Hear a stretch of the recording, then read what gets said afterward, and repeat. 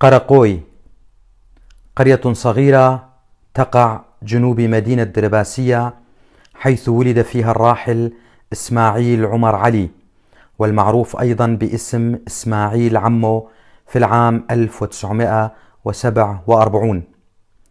أنهى المرحلة الابتدائية في العام 1958 في مدرسة القرية التي افتتحت في العام 1953. انتقل بعد ذلك إلى مدرسة اليرموك في درباسية لينهي المرحلة الإعدادية، ومن ثم الثانوية في العام 1965. درس في جامعة دمشق كلية الآداب قسم الجغرافيا، وتخرج من الجامعة في العام 1969. بحكم علاقات عائلته مع الكثير من الشخصيات الوطنية الكردية، وفي مقدمتهم قدريبك جميل باشا، ترسخت لديه الروح القومية، فانتسب إلى الحزب الديمقراطي الكردي عام 1963 وهو طالب في الثانوية.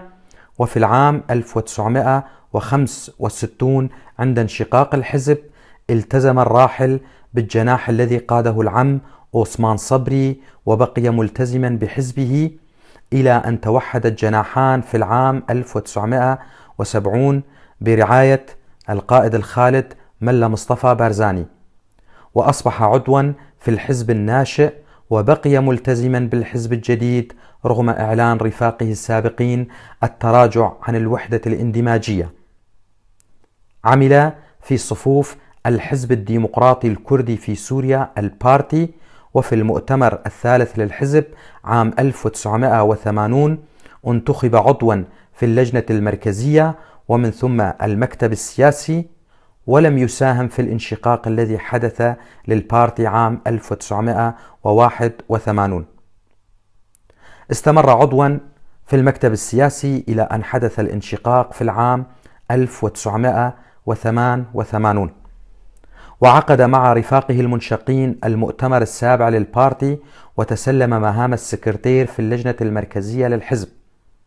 ولمعرفة المزيد عن تلك المرحلة تواصلت مع سكرتير الحزب الديمقراطي الكردستاني سوريا الأستاذ سعود الملا، وسألته عن رأيه بالراحل، فقال: كنت وإسماعيل مع بعضنا البعض حتى عند انشقاق الحزب، وكنت أقول لو ذهبت مع المنشقين لذهبت مع إسماعيل بسبب حبي له وحبه لي، نسبة للعلاقة المتينة بيننا، وكنت أناديه خالو، ولم تنقطع علاقتنا حتى بعد الانشقاق، وتألمت كثيرا لوفاته وبكيت لوفاته، وعندما يتم ذكر اسمه أتأثر كثيرا، وأعلم بأنه كان إنسانا رائعا، وكان يعطي الثقة لرفاقه، وكان مثقفا وواعيا ويفهم السياسة ومحبوبا، ولم أشاهد بأن إسماعيل ذهب لعمل حزبي ولم يحبه رفاقه. هذا ما قاله الأستاذ سعود الملا. وبالعودة إلى سيرة الراحل، فقد تقرر في ذلك المؤتمر القيام بوحدات اندماجية مع الأحزاب القريبة سياسيا، ونتيجة لذلك تقرر اندماج حزب البارتي وحزب العمل الديمقراطي الكردي وقواعد حزب اليسار الكردي في العام 1990.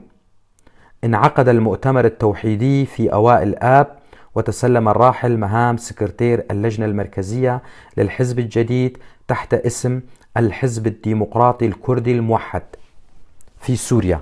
في أواسط شهر نيسان للعام 1993 توحدت أحزاب الاتحاد الشعبي وحزب الشغيلة وحزب الموحد في حزب جديد باسم حزب الوحدة الديمقراطي الكردي في سوريا يكيتي. تسلم الراحل مهام سكرتير اللجنة المركزية في الحزب إلى أن استحدث منصب الرئيس والسكرتير في المؤتمر الرابع للحزب، وتسلم مهام رئيس الحزب.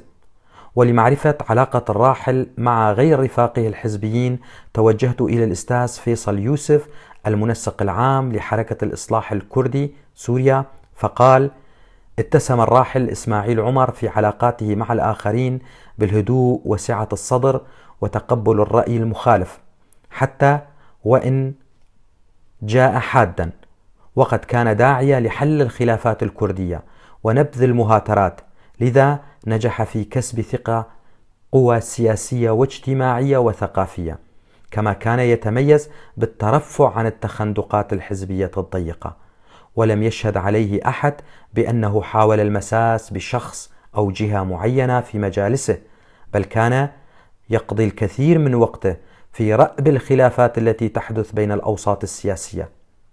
لقد كان الأستاذ إسماعيل عمر صادقا مع قناعاته ورفاقه ومعارفه، فاحترمه الجميع وحاز على مودتهم، حيث كان يستثمر ذلك لخدمتهم، وهذا كان أحد أسرار نجاحه في بناء دائرة واسعة من العلاقات وعلى أكثر من صعيد. هذا كان رأي الأستاذ فيصل يوسف. ولأن نضال الراحل إسماعيل عمر كان لأجل كافة مكونات سوريا، توجهت إلى إحدى الشخصيات من المكون العربي في الجزيرة، وهو شيخ عشيرة حرب العربية السيد محمد حسن العبيد، وسألته عن رأيه في الراحل إسماعيل عمر، فقال: طبعا هي الشهادة أمانة وتاريخ. أنا محمد حسن عبيد الخليل العبود. بالنسبة للأستاذ الراحل المغفور له إسماعيل عمر، كان شخصية وطنية اجتماعية، له حضور بالوسط الاجتماعي عند جميع المكونات، وكان شخصية جامعة. هذا الوصف طبعا من خلال لقائنا به بأكثر من مناسبة أو موضوع صلح أو اجتماعات أخرى، وكان هذا الإنسان على علاقة وطيدة مع الوالد المرحوم الحاج حسن عبيد الخليل، وأنا برفقة والدي دائما، إلى أن تطورت هذه العلاقة إلى أكثر من أخ وصديق. طبعا وفي كل لقاء كنت أحثه على الكلام والنقاش، على أن وجدته إنسان يمتاز بكل القيم الإنسانية، كان إنسان أمين صادق هادئ، يمتلك صفة، طبعا هذه الصفة لم أجدها بالكثير من الساسة أو السياسيين أو القياديين، ألا وهي استمالة المستمع، كيفية استمالة المستمع إلى حديثه الهادئ وكلامه المتسلسل الواقعي. طبعا كان ينبذ العنصرية، إقصاء الآخر أيضا. الحقيقة يعجز الوصف بهذا الإنسان. طبعا هو كان مناضل وسياسي خلوق أيضا، ومخلص لقضيته وقضية شعبه. وهناك معطيات أو أسس للقائد أو من يمتاز بالقيادة، فيحمل صفات عدة، منها الصفة الأولى صدق اللهجة، إداء الأمانة، كتمان السر. فوالله الأستاذ إسماعيل كان يمتلك كل هذه الصفات، لكن مشيئة الله فوق كل اعتبار، فله الرحمة والمغفرة. كما أطلب على من تابع ويتابع مسيرة الراحل إسماعيل عمر بأن يحذو الأستاذ إسماعيل بحكم ما يسجله التاريخ، وبحكم نحن أهل المنطقة عشائر عربية كردية مسيحية، لنا عاداتنا، تقاليدنا، قيمنا. عبر التاريخ، ومصيرنا مشترك طبعا على هذه الأرض. طبعا لا تفرقنا أي ظروف أو مصاعب أخرى من الأمور التي يعيشها البلد بهذه المحنة. مرة أخرى أقول لك الرحمة يا أبو شيار والمغفرة، ويسكنك الله فسيح جناته، ويلهم ذويه ومحبيه ورفاق دربه الصبر والسلوان. كان له دور بارز في تأسيس إعلان دمشق الذي ضم معارضين من كافة أطياف الشعب السوري. وبهذا الخصوص تواصلت مع المعارض والكاتب السوري موفق نيربية الذي قال: يطيب لي كثيرا الحديث عن إسماعيل عمار دائما، كأنني بالحديث عنه أعيده حيا. أرى وجهه الأصيل السمح، أرى حزمه ومرونته، أرى حبه لما يحب وكرهه لما يكره. أراه في المبادئ وفي وسائل تحقيقها. أراه كرديا مخلصا لقضيته مناضلا لا يكل من أجلها، وأراه في الوقت نفسه سوريا لا يخفى عنه ما هو كنه المسألة السورية وخلاصة مستقبلها وطريقة الوصول لهذا المستقبل. لا يرى إلا ما يجمع بين حزبه وحركته في الحيز الكردي وتلك التي في الحيز السوري فالإنساني.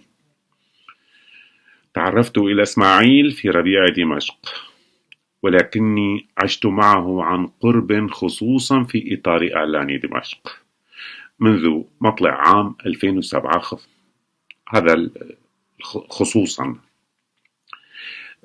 وقتها في اللقاءات الدؤوبة التي دامت لشهور تحضيرا لعقد المجلس الوطني للإعلان الذي انعقد بالفعل في مطلع كانون الثاني من ذلك العام.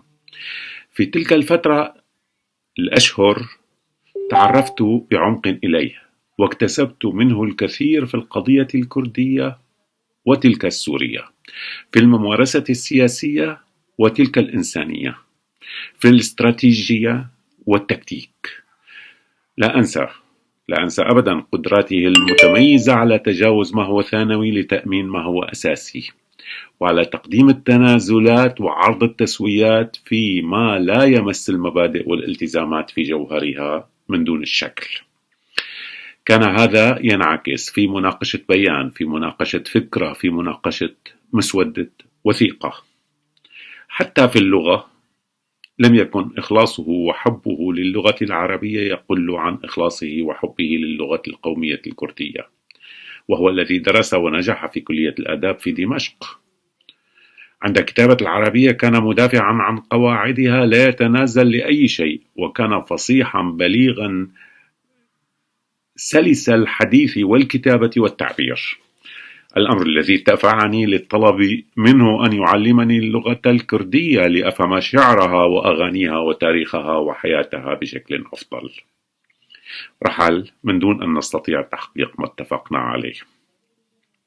ما أتمناه كثيرا أن تحل روح إسماعيل عمر في المناضلين من خلال جمعه للقوم والوطن برباط لا ينفصم للنضال من أجل الحقوق القومية الكردية، ومن أجل الانتهاء من الاستبداد بكل أنواعه، من أجل بناء سوريا جديدة حديثة ديمقراطية لكل أبنائها، تعطيهم الحق بالمواطنة المتساوية، وتعطي مكوناتهم حقوقهم المضمونة دستوريا وحسب الشرائع الدولية ذات الصلة. سلاما أبو شيار، سلاما أيها القائد. عمل بإخلاص من أجل توحيد الحركة الكردية في سوريا، وذلك بعقد مؤتمر وطني كردي سوري ينبثق عنه مرجعية سياسية كردية تتحدث باسم الكرد، وكان له الدور البارز في إعلان التحالف الديمقراطي الكردي بين الأحزاب الثلاثة، البارتي واليسار والاتحاد الشعبي، كما كان له دور مميز في المجلس العام للتحالف، وهذا ما أكده الأستاذ حبيب إبراهيم مسؤول منظمة أوروبا لحزب الوحدة الديمقراطي الكردي في سوريا يكيتي بالقول: اسماعيل عمر بابي شيار كسايتي سياسي كرد پرور جواکی بوم و ولاتور بوم ده دانستندنی خونی سیاسی ده و هر وها ده جیان خونی روزانه ده جی دهات ناسکرین به شیوهی وینی نرم و بینفره به دانستندن هر پروگرامی که ده چه ده جیانا نرمال ده چه ده جیانا وینی سیاسی ده بین لو ماجی افخاصیت هانی پی باش دهات ناسکرین ده گنگشک کرینا هر مجارکی ده و ده شروع کرینا هلوستا خود یا سیاسی سبارت هر پریسگریکی که ده به رنگی که ساده و بی کمپلکس نرینا خواهد داخوانی کرن و اشکر دکر جهله کدن و جی خاصیتا بهیستن و گهداری کرنی باش لجم هبون و جگرتی بون لو ما جبو ببو جهه لهف کرنی براستی و لهفاتنی لجم گلک آلین سیاسی جی و لجم جلبین جواکی جی چه ده نبرا بشه روشنبیره ده و چیجی ده ناب تبگره سیاسی ده به چه کردی به برنگ کی جرنگه حتی دوارین عربی ده جی باش جیگرتی بو و شخصیت کی ناسکری بو باش دهات خانی کرن ده رولیوی یا ارینی ده رنگی دانستندن و ریبریاوی جه هفبندیا کردیره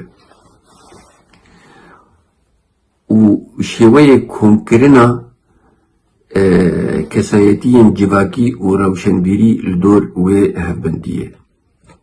أثناء دراسة الراحل إسماعيل عمر الجامعية عمل مدرسا مكلفا لمدة قصيرة في إعدادية غرناطة للبنات في الحسكة، وبعدها أصبح معلما وكيلا في مدرسة بيرك. درس في إعدادية زكي الأرسوزي في قامشلو إلى أن تخرج والتحق بالخدمة الإلزامية، وأثناء خدمته الإلزامية تقدم لمسابقة انتقاء المدرسين وتم قبوله في المسابقة. وبعد أداء الخدمة الإلزامية في العام 1974 تعين مدرسا أصيلا لمادة الجغرافيا في مدارس قامشلو، حيث استمر في التدريس إلى العام 1990، وتقدم باستقالته من التدريس بعد المؤتمر التوحيدي للحزب الديمقراطي الكردي الموحد. تزوج في بداية العام 1976 وله من الأولاد 3 صبيان وصبية واحدة. كانت علاقته بعائلته وأقربائه وطيدة جدا، ولمعرفة طبيعة تلك العلاقة حدثنا شقيقه صالح بما يلي. باب الشهر قام جلو دهات دربيسيه ريا خو بابانا ري خود خست دهات ريا خويا خود خست دهات گند دهات ناب گند دهات جمالا ما شو جمالا أوسد شو جمالا محمود شو مالا حجيج خويا بري خو القشاد قريب گند آباني وي زاري آبي وي تدمال القشاد بعد من بيت قريب دشو گندي دن جم خويا جم آبي ما عبد الرحمن جم حج أحمد جم جويدة دهات بيج ما دي سابت قريب جنبه شو دركي باتا وقت بيج قام جلوج سريك عني باتا يا بيج حسكي باتا يا دات الرياخد ما دخست إلا والرياخد ما خسايا دات يا شف درد ما جانا بشف درد كد شوقو كريم ماهي جانا منا دشار جانا تقول كريم ماهي المهم دشو دي صد دي ساجي قال لك باش بو مرة قال لك باش بو ولأن الربيع لا يدوم وعمر الورود قصير، فقد توقف قلب الراحل إسماعيل عمر عن الخفقان في منزله في قامشلو في 18 من الشهر العاشر عام 2010، وترك أثرا وغصة في قلوب كل من عرفه، ونقل جثمانه بموكب مهيب إلى مسقط رأسه في قرية قرقوي.